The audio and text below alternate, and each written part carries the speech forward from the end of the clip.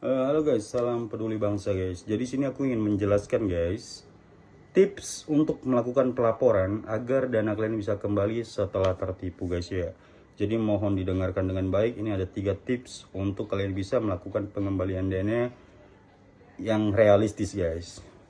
Langkah pertama, kalian bisa siapkan semua bukti dari bukti chat, bukti transfer, email, nomor handphone, dan handphone guys ya, yang dimana kalian harus dilakukan pendaftaran di OJK untuk melakukan verifikasi. Seperti kalian kena tipu, harus dibuat artikelnya dengan lengkap guys ya, alur ceritanya, kapan kejadian, itu harus dengan detail guys, agar diterima oleh OJK. Yang dimana di tanggal 24 Januari 2026 itu sudah dilakukan pengembalian dana sebesar 161 miliar yang dibagikan di 1074 orang. Kan lumayan guys, siapa tahu itu rezeki kalian untuk masuk ke loter kedua, ketiga, ataupun keempat. Itu yang pertama guys. Yang kedua, kalian bisa mengunjungi ke kantor polisi terdekat untuk melakukan pelaporan hal terkait seperti penipuan. Tujuan kalian untuk melakukan pelaporan ke kantor polisi itu kalian harus mengetahui dananya atau banknya itu alamatnya di mana, pemiliknya siapa gitu. Jadi kan kalian ada bukti transfer yang dimana kalian sudah melakukan transfer ke rekening penipu, contoh atas nama Sutrisno. Kalian harus paksakan, maksudnya harus paksa kepolisian tersebut untuk bisa mengetahui alamat tersebut guys, alamat pemilik rekening. Pemilik rekening penipu guys ya. Kalian nggak usah cari tersangkanya siapa, kalian harus cari tuh pemilik rekeningnya. Akan aku jelasin guys ya. Yang dimana guys, pemilik rekening tersebut itu dengan sengaja melakukan atau menjual rekening bank tersebut ke penampung. Setelah itu penampung akan mencoba menjual semua rekening bank tersebut ke perusahaan scam yang ada di Kamboja guys. Jadi penampung itu dia punya relasi yang ada di Kamboja guys. Pada intinya kalian harus mengetahui pemilik rekening pertama itu bisa dari ke kantor polisi guys. Ya, polisi nanti akan meminta atau menyuratin pihak bank untuk mengeluarkan data nasabah tersebut, dan pihak bank akan melakukan pengeluaran data tersebut dikarenakan udah berbau tindak pidana penipuan. Itu cara kedua guys ya. Cara ketiga, kalian bisa meminta tim cyber dari kepolisian untuk melakukan penghackeran. Agar apa bang? Agar data-data nasabahnya bisa terbongkar. Kalau untuk hal yang langkah kedua itu tadi prosesnya sedikit lama guys, mau 1-2 bulan. Tapi kalau yang kedua dia lebih cepat, tapi setidaknya kalian pasti akan mengeluarkan modal guys, bener gak?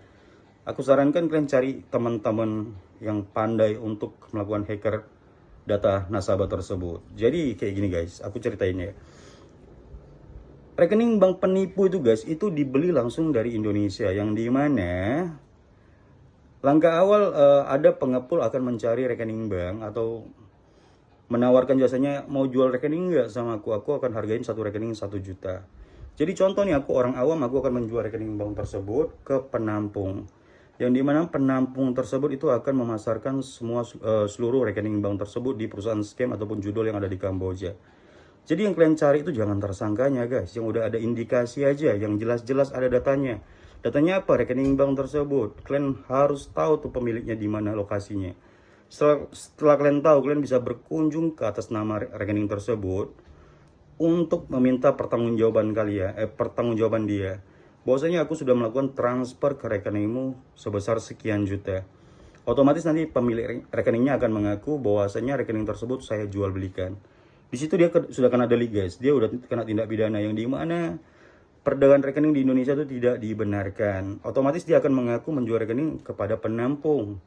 Benar ya? Kalian bawa dia sebagai saksi, baru kalian press penampungnya. Penampung rekening bank itu kaya-kaya guys.